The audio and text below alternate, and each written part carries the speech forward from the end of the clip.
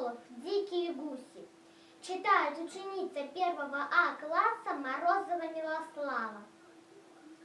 Холодной, заоблачной синей летят стаи диких гусей.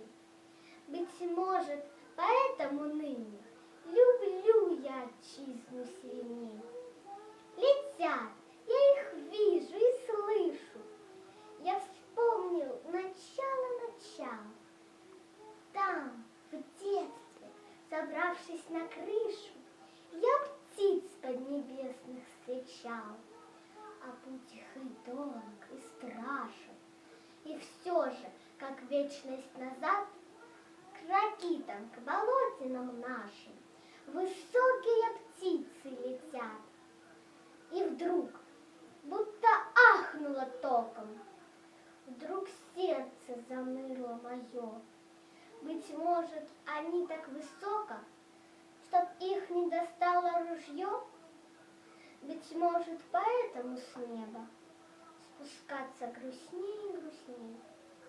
И ворох последнего снега похож так на мертвых гусей.